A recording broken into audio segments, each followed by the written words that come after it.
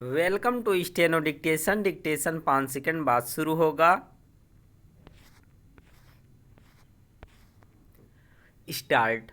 America यात्रा पर पहुंचे राहुल गांधी ने प्रवासी भारतीयों को संबोधित करते हुए फिर से कुछ ऐसी बातें कहीं जिन पर विवाद होना ही था।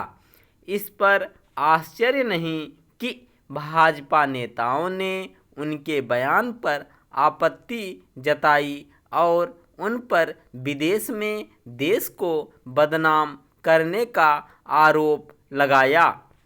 यह तय है कि इससे राहुल गांधी पर कोई असर पड़ने वाला नहीं है। उन्होंने भारत में राजनीति में प्यार, सम्मान और आदर के अभाव पर चिंता व्यक्त की, लेकिन यह किसी से छिपा नहीं कि वह खुद अपने राजनीतिक विरोधियों और विशेष रूप से प्रधानमंत्री नरेंद्र मोदी के प्रति किस तरह अपनी नफरत व्यक्त करने का कोई मौका नहीं छोड़ते। वह यह काम विदेश में भी जारी रखते हैं। इस बार भी उन्होंने ऐसा ही किया। इसी क्रम में उन्होंने कई ऐसी बातें कहीं जो उनकी राजनीतिक संकीर्णता को प्रकट करने वाली हैं। उन्होंने एक बार फिर भारत को अमेरिका की तरह राज्यों का संघ बता दिया। वह यहीं पर नहीं रुके। उन्होंने यह मनगढ़ंत आरोप उछाला कि भारत में विविधता का निरादर हो रहा है। इससे भी खराब बात यह रही कि पता नहीं कैसे वह इस नतीजे पर पहुंच गए कि भारत में तमिल, तेलुगु, मलयालम आदि भाषियों पर हिंदी थोपी जा रही है और उनकी संस्कृति, खान पान आदि को कमतर बताया जा रहा है। यह एक शरारत भरी बात है कि भारत में हिंदी और दूसरी भारतीय भाषाओं के बीच संघर्ष जारी है।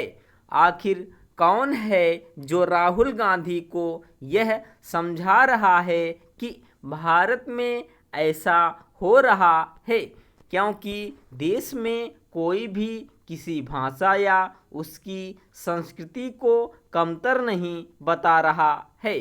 गैर हिंदी भाषी राज्यों में हिंदी की लोकप्रियता स्वतः बढ़ रही है और इस कारण बढ़ रही है क्योंकि एक तो वहाँ हिंदी भाषी बढ़ रहे हैं और दूसरे गैर हिंदी भाषियों को हिंदी सीखने की आवश्यकता महसूस हो रही है। राहुल गांधी ने अमेरिका में जो विचार व्यक्त किए उनसे यदि कुछ स्पष्ट होता है तो यही कि उन्हें भारत में कुछ भी अच्छा होता हुआ नहीं दिख रहा है। उनकी माने तो भारत में सभी संस्थाओं और यहाँ तक न्यायिक तंत्र पर भी चंद लोगों यानी भाजपा और आरएसएस का कब्जा है। उन्होंने प्रवासी भारतीयों को यह समझाने की भी कोशिश की कि भारत में भाजपा और आरएसएस महिलाओं को दबाने में लगे हैं। उनके हिसाब से भारत में हुनरमंद लोगों को किनारे किया जा रहा है। इसमें संदेह नहीं कि उन्हें भाजपा, आरएसएस और मोदी सरकार रास नहीं आ रही है, लेकिन इसका यह मतलब नहीं कि वह विदेश में देश को नीचा दिखाने में लग जाएं। वह पहले भी ऐसा करते रहे हैं और यहाँ तक कह चुके हैं कि भारत में लोकतंत्र खत्म हो गया है। अब वह इसमें यह भी जोड़ रहे हैं कि संविधान खतरे में है। स्टॉप।